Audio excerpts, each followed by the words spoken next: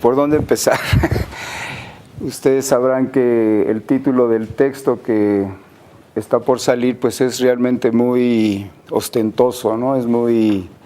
ambicioso hablar de la estética de lo grotesco, por eso preferí pensar en esta plática como unas notas, como formas de reflexionar sobre algunos temas que finalmente están centrados en la vida cotidiana, en el cuerpo, en la violencia extrema que está sufriendo la sociedad mexicana, en donde el blanco de esa violencia es el cuerpo. Entonces yo quisiera nada más desarrollar algunas preguntas, algunas cuestiones que he venido trabajando ya durante muchos años. Antes de esto quiero plantear que parte de las implicaciones por las que yo trabajo el tema de la violencia es a partir de un secuestro express que se realizó en la UAM Xochimilco de una compañera de trabajo, que la subieron a un taxi y la masacraron con un desarmador, ¿no? Entonces ya ella y yo veníamos trabajando con otros compañeros el tema de la violencia, pero en esa época precisamente en la que Cárdenas llega a la gubernatura de la Ciudad de México, la primera vez que se elige un gobernador de manera democrática, ustedes sabrán muy bien que se echaron a andar una serie de mecanismos de las fuerzas más grotescas y más violentas de la Ciudad de México para tratar de echar a perder el proyecto de Cárdenas, para tratar de comprobar que Cárdenas no era un buen gobernador, no podía con la Ciudad de México. Quiero sacar antes de que llueva el paraguas, no soy perredista, no, me cae gordo López Obrador, tampoco, no tengo partido, ¿no? Pero eso sucedió, ¿no? Eso pasó en la Ciudad de México en esa época. Y como parte de esta desestabilización social, como parte de esta forma de producir violencia, caos e ingobernabilidad, se empezaron a secuestrar a personajes claves que de alguna manera tenían que ver con los derechos humanos o con algunas adscripciones institucionales que iban a ser como importante tocar, ¿no? 2 semanas antes asesinaron también de la misma manera a la ombudsman de los derechos de los niños veracruzana, una doctora también, saliendo de la Comisión Nacional de Derechos Humanos, la subieron a un taxi. Y este es un poco el contexto de producción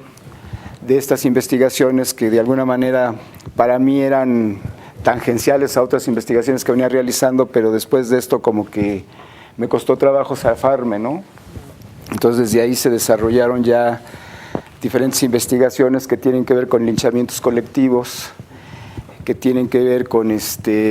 pues con las masacres que ahora se están retomando de una manera verdaderamente impune, con Acteal, Aguas Blancas,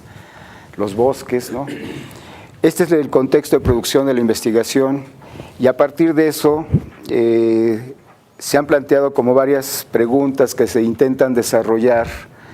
dentro del último texto que escribí.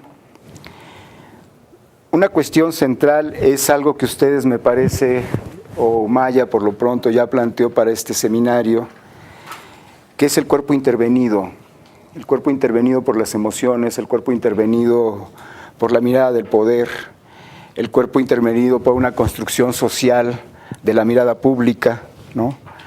El cuerpo intervenido por esta tecnología de los espacios tecnológicos, ¿no? De los espacios virtuales, perdón, por esta tecnología que tiene que ver con una nueva panóptica, una panóptica más exacerbada, una panóptica más sutil, pero más violenta, más controladora, ¿no? Tiene que ver con otro tipo de trabajos que he realizado que tiene su anclaje en el cuerpo secuestrado. También estamos por sacar un libro que se llama El secuestro, la administración de las ausencias, y las preguntas que corren a través de este texto es ¿qué tiene que suceder en una sociedad como la nuestra para que alguien se haga cargo, se abrogue el derecho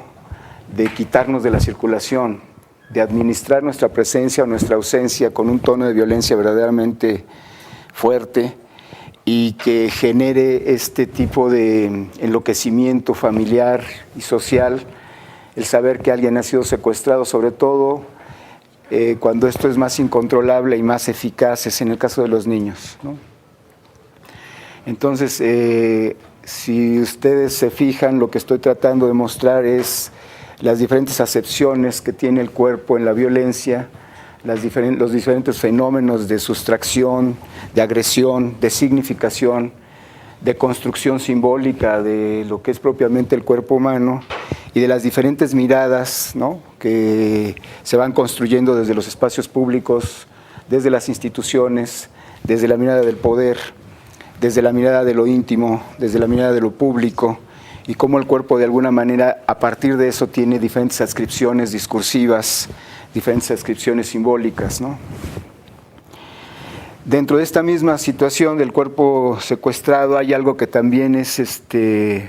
no lo podemos dejar de lado, que es la tortura. Nuestro país tiene una historia de tortura verdaderamente fuerte. La tortura en México no se inicia con la delincuencia organizada ni con los nuevos grupos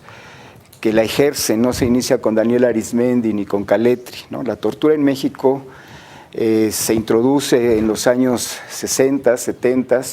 como una estrategia y un dispositivo del Estado mexicano. Estoy hablando de la guerra sucia, para desaparecer, para torturar, para secuestrar, para violentar las redes sociales de la guerrilla en México, y a partir de eso, bueno, no me voy a extender mucho, ¿no?, pero sabemos más o menos cómo se construyó el dispositivo de tortura en México a partir de asesores militares que venían de Argentina, y muchos de ellos refugiados alemanes, asesores del Pentágono, asesores del ejército norteamericano, que vinieron a enseñarle, como si faltara enseñarles algo, ¿no?, a los soldados mexicanos, a los generales, cómo hacer precisamente un ejercicio pedagógico de violencia y de tortura. Hay una pedagogía detrás de la tortura, hay un sentido, hay una didáctica, hay una moraleja. Esta forma de torturar a una persona, desaparecerla y después generar toda esta ausencia de la persona queda en el imaginario social como una lección, ¿no?, como una forma como una moraleja insoslayable, ¿no? Entonces la tortura no se inicia directamente con la delincuencia organizada, la tortura se inicia con el ejército mexicano persiguiendo a los guerrilleros, matándolos violentamente, desarmando las redes sociales, y si alguien sabe de tortura, ¿verdad?, es la Liga 23 de septiembre. Yo tuve la fortuna y la desgracia de trabajar en Santa Marta, Catitla, justo cuando estaba la 23 de septiembre en la zona del silencio, y me tocó hace 20, 25 años, 30 años, hablar con ellos. Entonces sí tuve una experiencia ahí muy fuerte de las formas de tortura, desde tortura física, desde tortura psicológica, ¿verdad?, y una forma muy fuerte de enloquecerlos, ¿no? Finalmente, estas formas conjuntas de la tortura física y de la tortura psicológica o simbólica, lo que generan siempre es un enloquecimiento verdaderamente terrible, ¿no?